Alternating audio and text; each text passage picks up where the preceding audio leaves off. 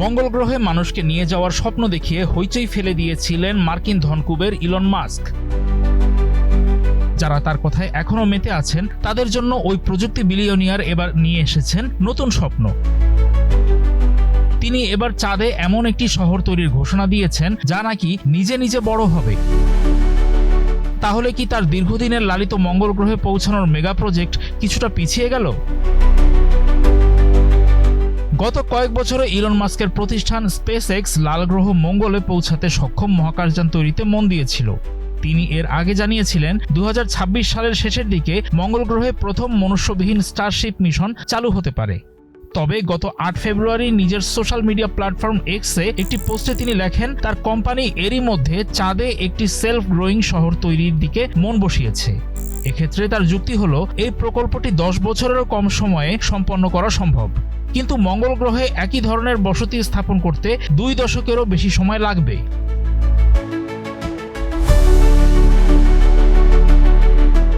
এক্সে মাস্ক লিখেছেন, মানুষের চেতনা এবং জীবনকে মহাকাশে ছড়িয়ে দেওয়ার যে লক্ষ্য স্পেসএক্সের তা আগের মতোই আছে। তার মতে মঙ্গল গ্রহের মিশনগুলো কেবল তখনই সম্ভব যখন গ্রহগুলো একে অপরের কাছাকাছি অবস্থানে আসে। প্রতি 26 মাস পরপর এমনটি ঘটে, আর গ্রহটিতে পৌঁছাতে 6 মাস সময় লাগে।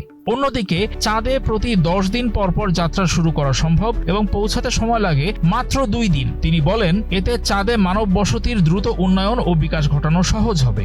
1972 সালে নাসার অ্যাপোলো 17 মিশনের পর আর কোনো নভোচারী চাঁদে পা রাখেননি।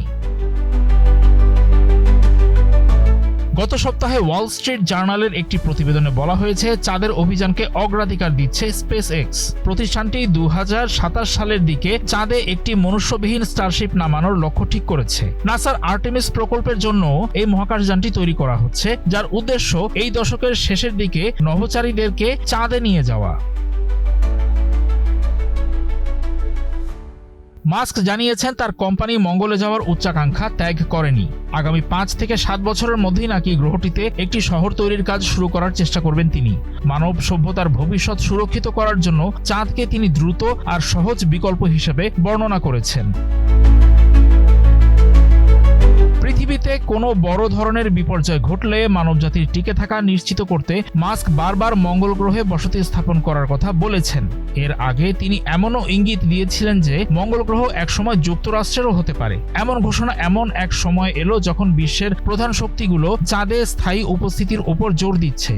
চীন এবং রাশিয়া যৌথভাবে একটি আন্তর্জাতিক চন্দ্র গবেষণা স্টেশন তৈরি করছে।